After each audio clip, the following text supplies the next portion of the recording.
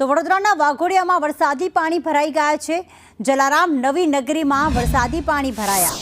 જલારામ નવી નગરીમાં ઘરમાં પાણી ઘૂસી ગયા છે। ઘરમાં પાણી ફરી વળતા ઘર વખરીને પણ મોટું નુકસાન। વાઘોડિયામાં હાલમાં ઠેર ઠેર પાણી ભરાયેલા સામે આવી રહ્યા છે, જેમાં લોકોને મોટું નુકસાન થયું છે। જલારામ નવી નગરી આખી બેટમાં ફેરવાઈ ચૂકી છે, કારણ કે ઘર વખરીને નુકસાન થતાં કારણ કે ઘરમાં પણ એટલું જ પાણી ભરાયેલું છે। લોકોની ઇલેક્ટ્રિક વસ્તુઓ જે છે તે પાણીમાં ગઈ છે, સાથે સાથે લોકોને અંદર ઘર વખરી જે છે, રસોડાનો સામાન, એ બધું પાણીમાં ડૂબી ગયું છે। અનાજને પણ મોટા પાયે નુકસાન। વરસાદ વરસ્યો છે એ કુદરતની આગળ તો કોઈનું ચાલ્યું નહીં, ચાલવાનું નથી। પણ આમ જોવા જઈએ તો દર વર્ષમાં આ કન્ડિશન હોય છે અને આવું થતું આવ્યું છે। અને ઘુગલિયાપુરામાં માહોલ તો ગમે ત્યારે સર્જાય જ છે, આવો વરસાદ જ્યારે પડે ત્યારે।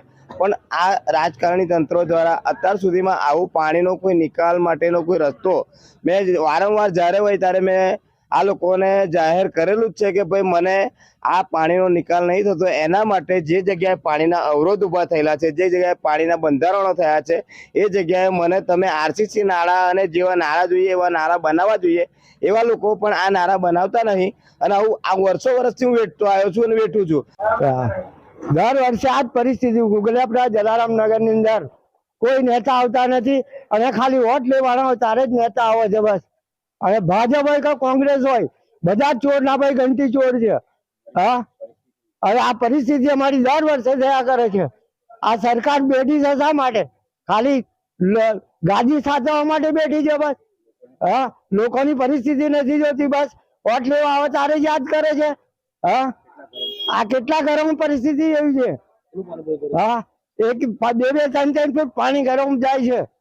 હા, આ રાજકારણ કેવું છે?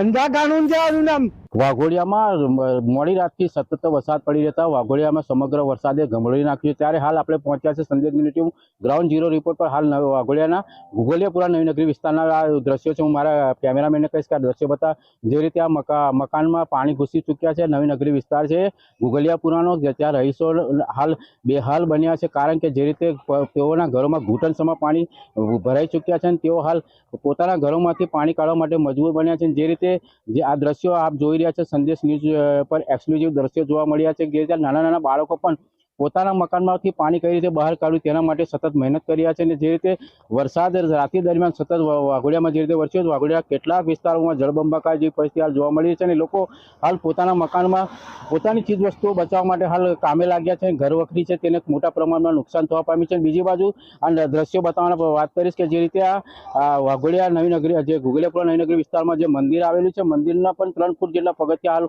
જે ઓટલો છે તે પાણીમાં સંપૂર્ણ ગરકાવ જેવો થયો છે। જ્યાં જોઈએ ત્યાં હાલ પાણી જ પાણી હાલ વાઘોડિયા વિસ્તારમાં જોવા મળી રહ્યું છે। રાજુ મંસૂરી, સંદેશ ન્યૂઝ, વાઘોડિયા।